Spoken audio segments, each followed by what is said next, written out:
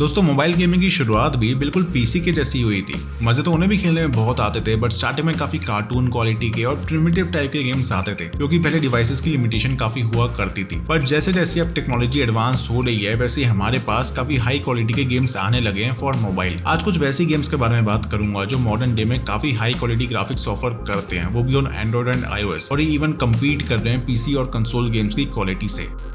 Genshin impact फिलहाल one of the most famous open world game है Android के लिए। गेम की स्टोरी लाइन की बात करें तो इसमें भाई बहन ट्विंस होते हैं जो अलग अलग वर्ल्ड्स में ट्रैवल करते हैं, लेकिन ट्रैवलिंग करने के दौरान एक तेवियत नाम के वर्ल्ड से निकलने के टाइम में गॉड से फाइट के दौरान वो दोनों अलग हो गए। हम या तो मेल कैरेक्टर या फिर फीमेल कैरेक्टर बन के खेल सकते हैं, जो गॉड से फाइट के बाद 500 साल बाद उठा है और अब उसे तलाश है अपनी लॉस्ट सिबलिंग की। गेम प्ले काफी इमर्सिव है, क्योंकि प्रोग्रेस करते करते हमें काफी सारे साइड मिशंस, इवेंट्स और टास्क मिलते हैं। बहुत से चैलेंजेस, एनिमीज और हेल्पफुल कैरेक्टर्स भी मिलते हैं डील करने को। फाइटिंग मैकेनिक्स क्लोज कॉम्बैट हैं और जो एनिमे देखते होंगे उन्हें काफी ज्यादा पसंद आएंगे, क्योंकि character designs, dialogues, sound tracks वैसे ही हैं। साइज की बात करें तो ये 14 GB का है, जो एक्चुअली में काफी बड़ा है और इसे one of the biggest Android application भी कह सकते हो आप। सिस्टम रिक्वायरमेंट्स की बात करें तो मिनिमम 3 GB की रैम आपके डिवाइस में होनी चाहिए इसको चलाने के लिए।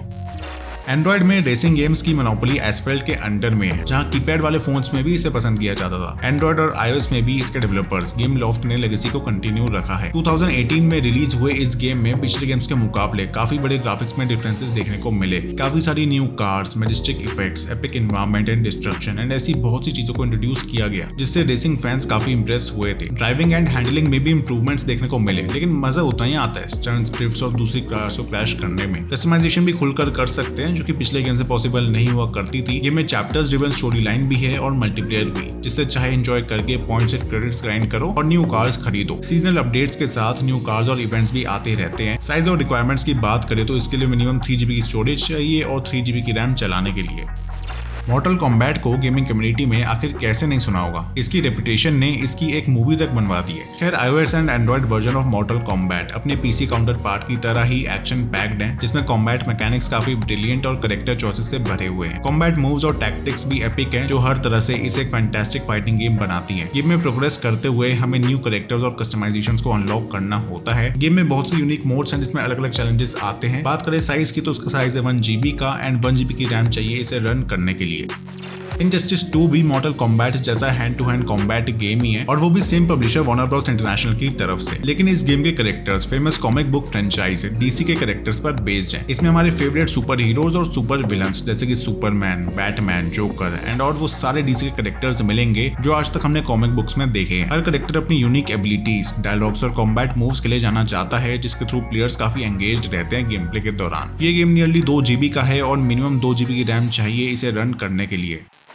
आखिर किसी एक्शन लविंग FPS गेमर को ज़ॉम्बी शूटर कैसे पसंद नहीं आएगा। इस जॉनर की अपनी बात है, क्योंकि हमारे सामने इंसान नहीं बल्कि जिंदा लाशें होती है मारने के लिए। डेड ट्रिगर 2 एक state of the art zombie shooter game है। स्टोरी लाइन की बात करें तो उसमें 5 कैंपेन सीरीज हैं, जिसमें हम US, अफ्रीका, चाइना, यूरोप और साउथ अमेरिका में भी बहुत से मिशंस करते हैं। एक नहीं बल्कि बहुत से ज़ॉम्बीज और उनके बॉसेस से हमें लड़ना होता है, जिनके डैमेज, स्पीड और पावर्स में डिफरेंसेस होते हैं। गेम में काफी सारे वेपन्स हैं और कैरेक्टर कस्टमाइजेशन भी अवेलेबल है। एनिमेशंस भी काफी अच्छे हैं और इन्वायरमेंट देखें तो हॉरर थीम को सूट करने के लिए परफेक्ट है, क्योंकि वहां पर आपको ब्लड स्प्लैशेस देखने को मिल जाएंगे फ्लोर्स एंड वॉल पर। इस गेम का डाउनलोड साइज 540 MB का है, जो बाद में बाकी एसेट्स डाउनलोड करने के बाद नियरली 900 MB का हो जाता है, और इसे रन करने के लिए मिनिमम 2 GB की रैम चाहिए ही चाहिए।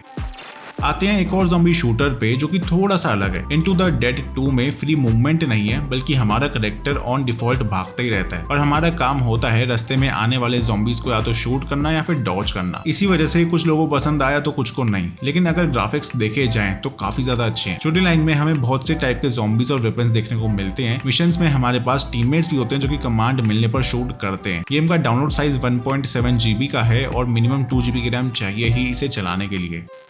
बेथेस्डा स्टूडियोज ने पीसी पर सक्सेस देखते हुए एंड्रॉइड पर भी अपनी फेमस फ्रेंचाइज को उतारा और एक यूनिक स्टोरी लाइन दी। गेम प्ले पीसी जैसे ही है, जहां स्वॉर्ड शील्ड्स रहती हैं फाइट करने को against varieties of enemies. 3 main modes हैं गेम में, abyss, arena and town. Abyss एक सर्वाइवल मोड की तरह है, जिसमें लेवल्स में जब तक हो सके आगे बढ़ते रहना है। अरीना हमारा मल्टीप्लेयर मोड है पीवीपी बैटल्स के लिए, और वही टाउन स्टोरी मोड है जिसमें क्वेस्ट कंप्लीट करते हुए हम स्टोरी में प्रोग्रेस करते हैं। वैसे पीसी वाले मॉडर्न वर्जन से कंपेयर करें तो गेम एग्जैक्ट सेम नहीं लगता, लगता, बट मोबाइल डिवाइसेस के लिए फिर भी काफी अच्छा है, जिसमें एक इमर्सिव एनवायरनमेंट भी देखने को मिलता है हमें। गेम का साइज नियरली 900 MB का है और 2 GB की रैम चाहिए इसे रन करने के लिए। एक और पीसी का successful franchise Android and iOS के लिए है। डियाब्लो इमॉर्टल काफी न्यू गेम है जिसे इसी साल जून में रिलीज किया गया है। ये एक MMORPG गेम है, जिसका मतलब हो गया massively multiplayer online action RPG game. तो इसलिए इसे प्ले करने के लिए ऑनलाइन कनेक्शन की जरूरत पड़ती है और मैप को एक्सप्लोर करते हुए आपको दूसरे प्लेयर्स भी मिल जाएंगे, जिनके साथ आप वॉर बैंड्स बना सकते हो और हार्ड इवेंट्स साथ में कंप्लीट कर सकते हो। Thanks to voice chat communication की भी कमी नहीं आएगी अगर प्लेयर्स चाहेंगे तो, या फिर PvP बैटल भी कर सकते हो देखने के लिए कि कौन बेटर प्लेयर है। वर्ल्ड और एनवायरनमेंट काफी इंप्रेसिव है, जिससे हमें काफी एंगेजिंग एक्सपीरियंस मिलता रहेगा। कैरेक्टर सिलेक्शन और कस्टमाइजेशन भी काफी अच्छा है। कॉम्बैट मैकेनिक्स भी टच स्क्रीन डिवाइसेस के लिए सूटेबल बनाए गए हैं, जिससे हमें फाइट के टाइम मूव्स यूज करने में कोई परेशानी नहीं आती। गेम का साइज नियरली 2 GB का है और इसे रन करने के लिए 4 GB की रैम चाहिए ही चाहिए। वैसे अभी तक हमने सिर्फ बड़े बड़े गेम्स की ही बात की, जो जस्टिफाइड भी है, क्योंकि अगर आपको पीसी एंड कंसोल वाली क्वालिटी चाहिए तो स्टोरेज को तो सैक्रिफाइस करना ही पड़ेगा। लेकिन नोवा लेगेसी लाखों में एक है जिसने बस 50 MB में ही पूरा गेम दे दिया। स्टोरी लाइन में हम एक स्पेस मरीन होते हैं और एलियंस इन्वेजन से ह्यूमैनिटी को बचाना हमारा मिशन होता है। स्टोरी लाइन में प्रोग्रेस करते हुए काफी सारे फ्यूचरिस्टिक वेपन्स मिलते हैं जिन्हें अपग्रेड भी किया जा सकता है। मल्टीप्लेयर में हमें 4v4 का डेथ मैच मोड देखने को मिल जाता है, जिससे रैंडम या फ्रेंड्स के साथ एंजॉय कर सकते हैं। एनवायरनमेंट भी काफी अच्छी साइंस फिक्शन वाली वाइब्स देता है, जिसे देखकर आप काफी एंजॉय करोगे और 1 GB रैम वाले डिवाइसेस में भी आराम से वर्क कर जाएगा।